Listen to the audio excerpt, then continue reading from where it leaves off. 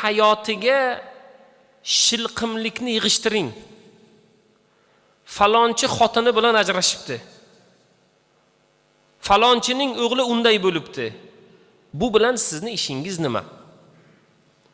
Oilalar sirdir. Tashqaridagi insonlar buni anglamaydilar. Falonchining maoshi oz ekan. Buni sizga nima aloqasi bor? Ba'zi ishlarga aralashmasligingiz mu'minning islomining go'zalligidandir. Falonning nima yegani, pismadonning nima ichgani sizga nima qizig'i bor? Behuda ishlar yomon. Undan saqlaning. Unga asir bo'lmang. Kishilarning taqdiriga shilqimlik qilib bekorchining ishini qilmang.